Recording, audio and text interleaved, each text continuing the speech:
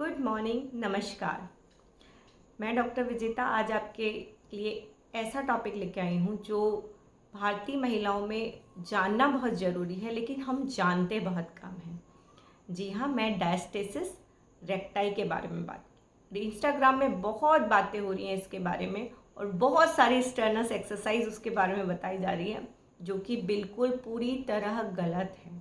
क्योंकि अगर आप प्रेगनेंसी के तुरंत बाद या 8 हफ्ते, 10 हफ्ते, 3 महीने के बाद ये एक्सरसाइज डायरेक्ट शुरू कर देते हैं तो आपको, आप सभी सब महिलाएं मुझे आके समस्या बताती हैं कि मेरे पेट में, मेरी प्रेगनेंसी हुई, उसके बाद मैंने 3 महीने बाद एक्सरसाइज करनी शुरू हुई, मुझे पेट में तेज़ दर्द होता है, मेरे बैक पेन होता है, यूरिन लीकेज की प्रॉब्लम है।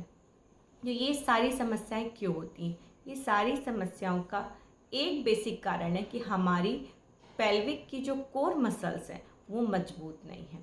हमारी जो पेल्विक में जितनी भी मसल्स नीचे पाई जा रही हैं वो वीक हो गई हैं।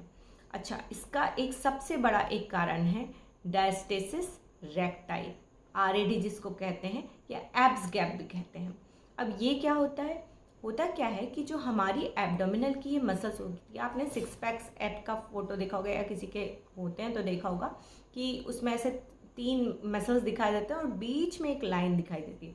अब जो ये जो मसल्स होती है ना, वो 4 लेयर से बनकर मिलकर बनी हुई हैं।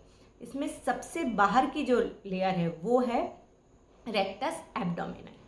अब ये क्या करती है, इसके बीच ये जो मसल है ये 2 हाल्फ से मिलकर बनी है, यानी एक हिस्सा, ये 2 हिस्सा, और बीच में जो ये हिस्सा है यहाँ पर कनेक्टिव टिश्यूज़ होते हैं, ऊतक होते हैं, जो इलास्टिक सी मतलब लचीलापन उनमें रहता है। ठीक है।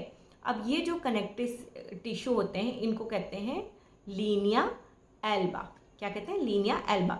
अब उससे ही ये दोनों हाथ जुड़े होते हैं। जैसे प्रेगनेंसी होती है, धीरे धीरे जैसे जैसे बेबी का साइज बढ़ता है, ये टिश्यूज़ खींचने लगते हैं और ये दोनों भाग मसल्स के दूर जाने लगते हैं।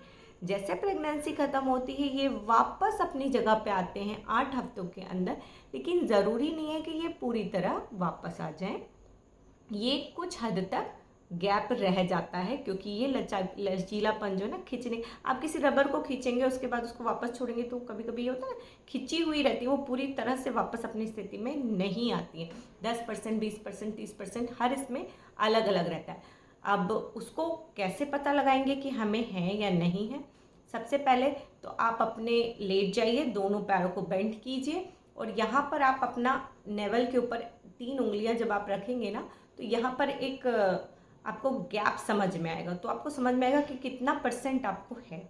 दूसरी चीज़, यदि आपको है तो आपको कौन कौन से सिम्टम दिखाई देंगे। आपका प्रेगनेंसी के बाद भी बल्ज आउट पेट हो रहा है, आप थोड़ा भी एक्सरसाइज करने की कोशिश कर रहे हो, आपको पेट में दर्द होने लगा है, यूरिन लीकेज की प्रॉब्लम है, बेबी को ज़्यादा देर तक होल्ड नहीं कर पा रहे हैं, तो इस तरह की यदि समस्या हो रही है, इसका मतलब है आपको आरएडी है। अब उसके बाद यदि आरएडी है तो आपको क्या करना है, इसको कैसे मैनेज करना है? सबसे पहले तो आपको जितनी भी स्टर्नस एक्सरसाइज आपको बताई जा रही वो एकदम से शुरू नहीं करनी है। पहले आपको डीप कोर मसल्स पे काम करना है, ब्रीदिंग एक्सरसाइज करनी है, उसके बाद आप एक्सरसाइज के लिए तैयार हो जाते हैं।